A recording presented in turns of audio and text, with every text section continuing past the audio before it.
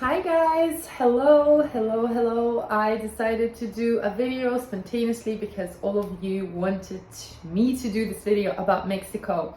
So here I am doing this video. Sorry, I'm just laughing because I just recorded something really funny. First time in my life, I recorded a reaction video reading hate comments on my YouTube channel, basically on my food blogging. So it just kind of made me laugh. I did a bit of creativity there, so yeah, it was funny. Anyway, let's get back to the point. So in this video, a lot of you wanted to know basically what are the costs of living in Mexico, what are the costs of moving here, and basically what are the benefits, what are the negative sides to living in Mexico. So I thought I'll do a quick video, well, as quickly as I can and tell you all about it, or as much as I can. So a lot of you, I think the main question was about the cost, because some of you are thinking potentially either moving here or maybe living here or just coming here for a few months. So I thought I will share all the details. Now, first point is that Mexico is not cheap, okay? Especially in a part where I am. So I think if you take Mexico as a whole, it's probably cheap somewhere else. But in the area that I am, which is Yucatan, which is like Cancun, Tulum, Playa, all of this region, Riviera Maya, is an expensive region. It is mainly, it's the safest, one of the safest regions, I think, if you compare it to other parts. There's a lot of tourists here, there's a lot of police here, so technically it's the safest place to be, and it has the biggest amount of stuff. Again, I haven't really traveled around Mexico, so I can't comment on how expensive it is out there. But I've heard it's definitely much cheaper, and I can't really comment how safe or unsafe it is. I can only tell you about the area that I live, which is Yucatan. So now I've been here for pretty much a year. I did have to go like a couple of times back and forth, but I've been now here since December, so it's gonna be pretty much 6 months. Oh my god, 6 months here. Wow, time really flies. So yeah, let's talk about costs. Accommodation is expensive. It's pretty much, actually, it's more than what I was paying in London. In London, my rent was around £800. Now I'm paying for an apartment around £1,000 plus the bill. So it's about £1,100 per month. But of course, I'm literally by the ocean. So if I compare my standard of living, it's much higher here. So even though it is more expensive to pay for rent, I have a rooftop on my, on my terrace. I have a pool, I have a rooftop, I have a gym, and this is a nice modern apartment. You can get stuff cheaper, you can get cheaper apartments for sure. I'm just very close to the ocean, I'm very close to the center. This is a safe area, this is a modern building, and it's a 1-bedroom apartment. So these are the prices you would be looking at if you wanted something within like that, something modern, clean, new build, doesn't fall apart. And even here, like, things keep breaking, okay? That's like another thing about Mexico, things constantly keep breaking, which is annoying as hell. But I'm getting used to it. It's definitely testing my patience, and I'm just kind of chilled about it. And I'm like, well, internet doesn't work again, whatever, as long as I don't have a cooking class, because that's really stressful. So yeah, so you can definitely find something for £700-800 for sure, or higher. So if you ever want to come to live in Mexico, the only suggestion I say is go onto the Facebook marketplace and look for apartment there, because if you're going to look through Airbnb, they take, first of all, huge commissions, and the prices are even higher because they're for Americans. A lot of American people come here, and I think for them Mexico is very cheap. Because American prices are even higher, but for us, if you're from Europe, if you're from London even, this is not a cheap place to be. Now let's talk about food costs. Food costs are very expensive here. It's crazy. It's literally 2 or 3 times more expensive than what I used to pay in London. And in London, I don't even know whether food quality is better here or there. It's definitely less variety here, and definitely a lot of things are missing, especially as I'm a food blogger and I cook a lot and I experiment a lot. I need a lot of things, and I don't have a lot of stuff here. So I don't actually, I can't really make some of my like cakes or something like that. So that's kind of a huge drawback for me, and one of the negative points about living in Mexico. But yeah, basically the food is below average in terms of the supermarket quality. I don't know, I think it's like the shop that I go to, you know, it's like Walmart, it's their local one, the big one, but I think it's an American chain. So again, is it American food or is it Mexican? I have no idea, but it's not very good. It's average. I'm actually on my Carnival Diet, as you know, so I order like meat from this lady, which is like grass-fed meat, and it's very expensive, but it lasts me quite a long time. So if I was to eat like how I usually eat with lots of vegetables and fruit and everything else, I don't know, it would cost me even more, I think. And I would need to find some good quality, because at the moment, yeah, and it's very expensive. Every time I go to shop, like let's say I have a cooking class, I spend about $100, which is like 60 to 80 pounds, literally to get few bits. That would cost me 20 pounds in London versus 60 to 80 pounds here. I honestly don't know why the prices are so high here for food. So that's food and accommodation. Maybe you'll need to let me know exactly what cost you want to know, but I'm just generically talking about stuff. Taxis are pretty cheap comparing to London, I think, unless you get scammed, which it happens quite often here. They think you're a tourist, especially if they don't know you live here. They're like trying to double or triple charge you, or even if you just look non-Mexican, they're gonna try and charge you more. So I just usually don't ask them how much it is if I'm traveling around the city, and just get in like a local. They don't ask, and then you just pay them at the end, whatever is the rate, you know, 40, 60 pesos, which is like a couple of pounds, or dollars. And if you're traveling somewhere further, it can be from like 20 quid to 40 quid for like 1 hour journey, which I think is definitely sort of similar or maybe cheaper than London, or I suppose, you know, any other country. I'm not talking about America here because I don't know. So yeah, so the taxis are pretty cheap, and I think they don't have Uber, they have Mafia. It's not even a joke, guys. I'm serious.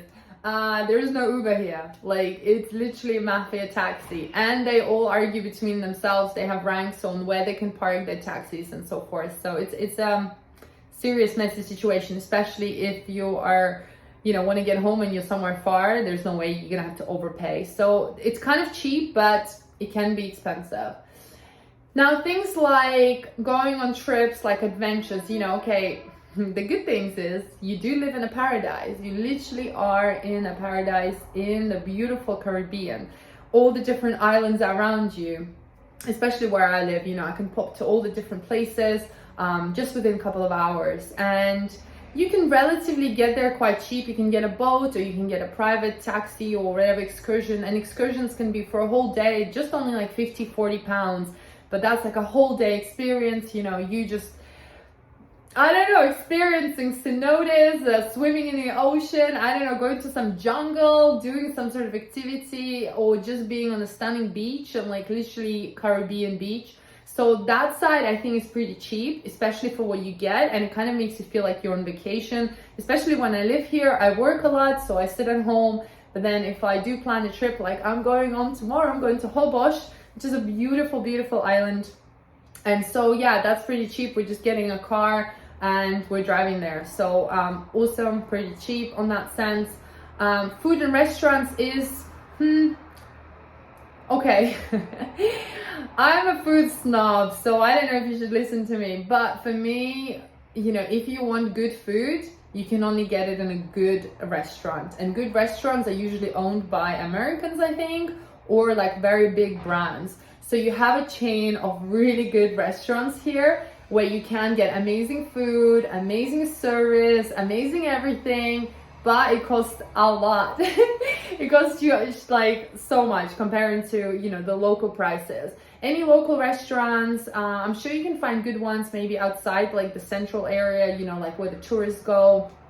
But again, the quality just really lacks, and they're very inflexible in the sense that if you don't like something, or you're asking them like not to put oil or butter on your dish, they just either argue with you, or they tell you it's not possible, or they tell you like, you know, or they say yes, we will do it, and then the food comes and nothing's been done. So in that sense, like it's really hard for me to adjust with food, but I'm getting used to it. I'm cooking at home now at the moment, but I just decided I'm either cook at home or I go to these nice places, and that's it. And then my life is easy. But yeah, in terms of restaurants, again, like it's a really hard question. I don't think in Yucatan area the food is amazing. I've heard that if you go to Oaxaca or Mexico City, the food is incredible there. So I'm yet to go there and explore, and then I guess I will let you know.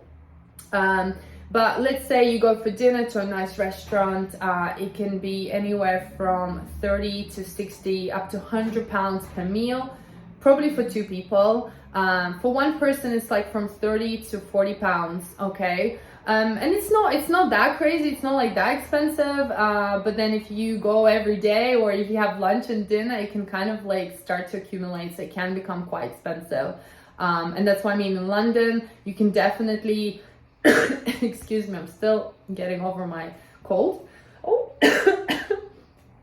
In London, you can definitely find some sort of like meal deals.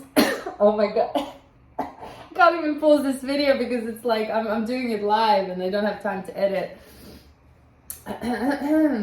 Getting my voice back. I was gonna say in London there's so many like deals that you can go into, like amazing. I'm getting hot in here. Oh! I need my aircon. Oh yeah, air conditioning is very expensive by the way as well, so you don't leave it on all day. You just turn it on when you're hot. It just didn't even work. What is going on? Yeah, so in London you can go for like a really nice 3-course meal for like 25 quid, you know, and you can find lots and lots of different alternatives and meals. So on this side it's definitely more expensive. So yeah, but it's like the top restaurant, you know, with nice view. You're like on a rooftop and, you know, it's kind of cool and romantic and the atmosphere is there, so it's worth paying for that. In terms of beach clubs is something that I did a lot, but I haven't done in a while, which I kind of should get back to it. So usually it costs from 20 to 25 pounds for a beach club to go for a whole day, and that includes your pool, your food, your drinks. So even though you pay 25 quid for a whole day, that's towards your food and drinks. So technically, yeah, it's pretty good deal. And I think beach clubs are awesome. Not only, you know, you get nice sun lounge, you get nice food, drinks, the view, the pool. Basically, it's a really cool way to chill and relax. I kind of was planning to do it every weekend, but then I'm not doing it. So I don't really know what I'm doing. I need to get back to my work-life balance. So that's kind of the beach club side. In terms of like spending money on clothes or something like that, if you like shopping, I don't really like shopping. I know it's a shock, but a lot of people tell me that they go to Cancun for shopping. Like here, for example, where I live, in Playa, there isn't really that much shopping. I mean, there's like Zara and like 3 other shops and that's it. They don't really have many clothes. So, and the prices for clothes are just kind of the same prices you would get in Europe. Not too expensive, just standard price. But yeah, but even saying it all, that, you know, the food and the accommodation is more expensive than London, for example, one thing that's definitely much cheaper and literally can live like a king is all the services. Okay, so services like massages, services like personal trainer, personal yoga teacher, I don't know, personal stretching teacher, whatever teacher you want to get, you can reasonably get a teacher for a very decent amount. Like any type of services for beauty, like your hair, your nails, your face, the whole shebang, right? If you're a woman, you know what I'm talking about. It's definitely much cheaper here. So just to give you an example, massages. So if you go to really good masseuse, it's about 20 to 25 pounds. Now in London, you can't get a massage, like you can't get a good massage for cheaper than like 60-50 quid. And sometimes even if you get like a bulk, you know, package, you get them even cheaper. So I like that. All the beauty treatments are literally half the price. So you can get your manicure and pedicure done for like 20-25 pounds for 2. In London, that would be only for 1. And things like, you know, oh, one thing is actually expensive here is hairdressers, which is weird. Like for example, to color my hair and to get it done, like I think I paid over 300 pounds, which is crazy. But then I think London is even more expensive. But then if I compare it to Latvia, then it's definitely crazy. So yeah, and of course, for example, having a personal trainer, which was my dream for many years, because I was like, I need to get motivated, I want a personal trainer. I had the best personal trainer in the best gym that I go to here, and it was, I believe, 15 or 20 pounds per hour, per hour and a half. So like basically an hour and a half training. So on average, it's like 10 to 12 pounds an hour for personal trainers, which, yes, it's still a lot if you think about it, but comparing to London, when they start from 50 to 100 pounds an hour, this is like amazing. You basically get 10 sessions instead of one. So I've been able to train with a personal trainer. I have a coaching, stretching teacher, which I think is even cheaper, or maybe the same price. You can get a yoga teacher. Basically, on that side, it's pretty awesome. And then, of course, you have all these events going around here, which are pretty cheap. You know, if you want to experience like different things, like go to sound meditation, do like a yoga on the moon, on the roof, I don't know, do all these crazy things, dancing, tantra, all of that kind of stuff, spiritual things. There's a lot of spiritual stuff. Like Temazcal, the cleansing, cleaning, all these things, then, you know, like, it's definitely much cheaper. You can go to like events for like, I don't know, a couple of pounds, and just kind of, it's nice to do something different in the evening and do new things and experiences. So overall, even though the costs are quite expensive comparing to London, you still get 100 times much better quality of life and much higher quality of life, and you can live like a king in a sense that you can have a trainer. You can even order food here. Like when I just arrived, I was ordering meal preps, and I think that was costing me something like 50 or 60 pounds a week for like 4 home cooked meals a day. So if you are lazy and you don't want to cook at all, you could, I'm getting cold now. So you could potentially just order those as well. So overall, you know, depending on your budget, but if you take your, you know, accommodation, your food, and like activities or training and stuff like that, you're looking at around 2,000 to 3,000 pounds a month. Oh, I'm cold now, it's not listening to me. But this is like the top of the line if you're getting everything. If you are getting a cheap accommodation, cheaper food, you're not going to restaurants, you don't have a trainer, you can easily live here on £1,000 and still be obviously really close to the beach and, you know, live an amazing life. So yeah, these are all the costs and kind of like positives and negatives, kind of all in one. I hope that answers a lot of questions. I just realized the video is very long, but hopefully you're enjoying it. And I'm in a funky mood today. I don't know if you can tell. I'm kind of like still, I'm trying to get better. Like I'm feeling healthier, but I'm still not 100%, but my mood is already coming out, and it's like, okay, it's a good time to do the video. Or maybe it's just my hair. It's just getting so long and beautiful. So yeah, guys, so this is the beauty of Mexico. I don't know if I can get into the video like what exactly I don't like about Mexico and what I do like. Maybe that will have to be a different video, but I wanted to do the cost because a lot of you were asking literally about the cost. So let me know if you have any more questions, and I'll do another video about what I like and don't like about Mexico and anything else that comes up. Anyway, enjoy your Friday, and I'll see you all soon. Bye.